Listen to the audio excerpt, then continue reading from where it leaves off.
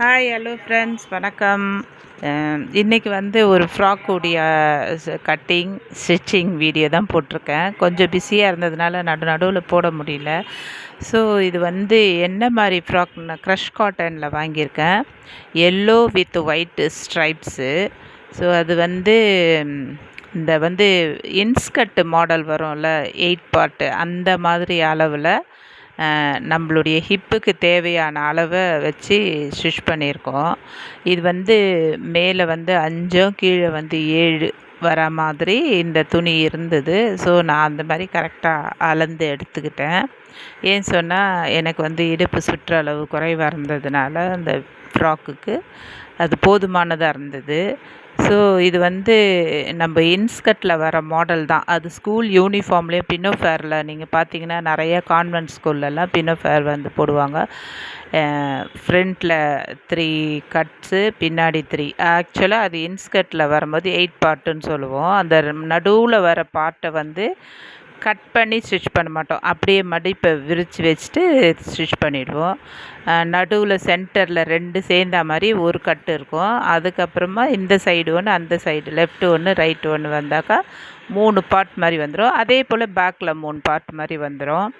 ரொம்ப அழகாக இருக்கும் அது பார்க்கறதுக்கு. ஸ்லிம்மாக இருக்கவங்களும் போடலாம், குண்டாக இருக்கவங்களும் போடலாம். அது வந்து இந்த க்ரஷ் காட்டனில் வந்து கத்திரிக்கோலை வச்சு கட் பண்ணுறதுக்குள்ளே போதும்னு ஆயிடுச்சு. ஏன்னா அந்த கத்திரியோட பேஸ்ட்டு போட்ட மாதிரி இது க்ரஷ் காட்டனும் ஒட்டிக்கிட்டே வருது.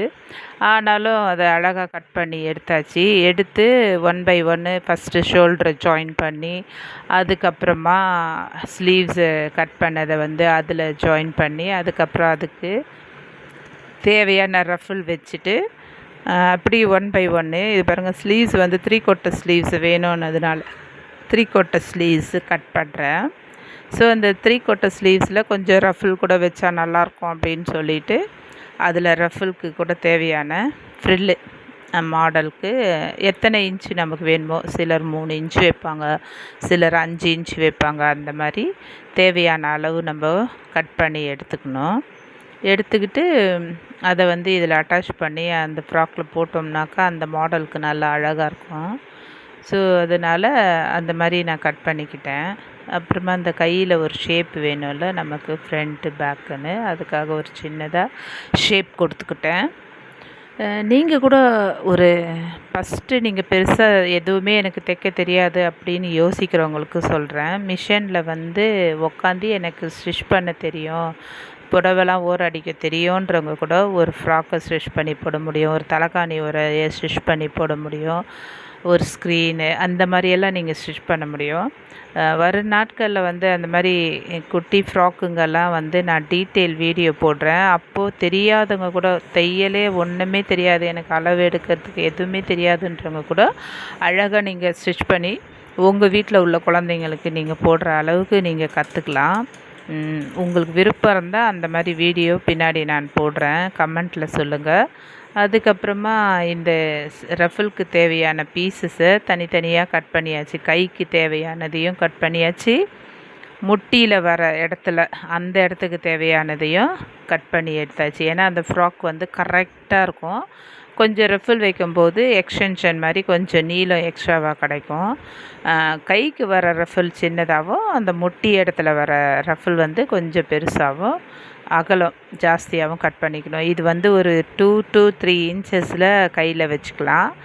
கீழே வர இடத்துல வந்து முட்டிக்கு கீழே ஒரு 5 இன்ச் கூட நம்ம கட் பண்ணி வச்சுக்கலாம், நல்லாயிருக்கும். அந்த மாதிரி தான் கட் பண்ணது இந்த ரஃபிளுக்காக துணி. ஆனால் கிட்டத்தட்ட இது 2 பார்க்கறதுக்கு ஃப்ராக் சின்னதாக இருந்த மாதிரி இருந்தது. ஆனால் 2 மீட்டருக்கு ஃபுல்லாகவுமே காலி ஆகிடுச்சு. ஏன்னா இந்த பேட்டர்ன் அவ்வளோ வந்து துணியை எடுத்துக்கிச்சு. அதுக்கப்புறம் நெக்கில் வந்து வி நெக் வச்சு அதில் ஒரு குட்டியாக லேஸ் மாதிரி அட்டாச் பண்ணியிருக்கோம். பார்க்கறதுக்கு நல்லாயிருக்கும். நீங்கள் கூட இந்த மாதிரி வேணும்னு சொன்னாக்கா நீங்கள் வந்து எக்ஸ்ட்ரா அழகுபடுத்தலாம் லேஸ்லாம் வச்சு. ஸோ இந்த வீடியோ வந்து உங்களுக்கு பிடிச்சிருக்கான்னு சொல்லுங்கள்.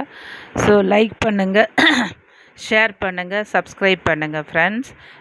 வர நாட்களில் ஃப்ராக்குடைய வீடியோ டீட்டெயிலுங்க எல்லாம் கூட நான் வந்து ஸ்டெப் பை ஸ்டெப் போடுறேன். ஸோ இது பாருங்கள், அட்டாச் பண்ணியாச்சு.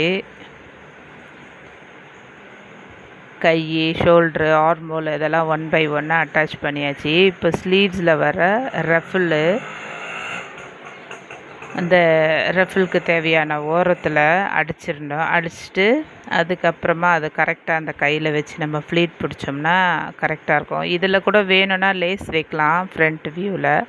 ஆனால் இந்த பசங்க ஏதோ லேஸ் வேண்டான்னு சொன்னதுனால நான் வைக்கல. சில ட்ரெஸ்ஸுங்களில் அந்த மாதிரி லேஸ் வச்சாக்கா இன்னமும் எடுப்பு அழகாக இருக்கும். இது காட்டன், க்ரஷ் காட்டன்னால் எதுவுமே வைக்காமல் ரொம்ப அழகாக இருந்தது.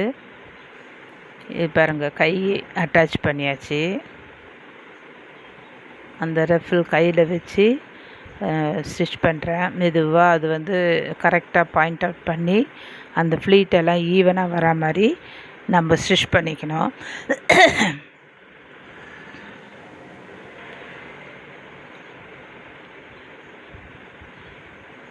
அடிக்கடி நூலும் அறுந்து போயிடுது. நூல் வந்து குவாலிட்டியாக இப்போ வர மாட்டேங்குது. அதனால் சில நேரங்களில் நூல் கூட அறுந்து போயிடுது. அது வந்து சரி பண்ணிக்கிட்டு தைக்கிறதுக்குள்ளார கோபமாக வரும். ஆனாலும் தையலுக்கு தேவை பொறுமை தான். ஸோ ஸ்டிச் பண்ணி முடித்தாச்சு. இந்த அவுட்லுக் எப்படி இருக்குதுன்னு சொல்லுங்கள் ஃப்ரெண்ட்ஸ். உங்களுக்கு பிடிச்சிருக்கா சொல்லுங்கள். பிடிச்சிருந்தா இந்த வீடியோவை லைக் பண்ணுங்கள், ஷேர் பண்ணுங்கள், சப்ஸ்கிரைப் பண்ணுங்கள். நீங்களும் இந்த மாதிரி கற்றுக்கோங்க.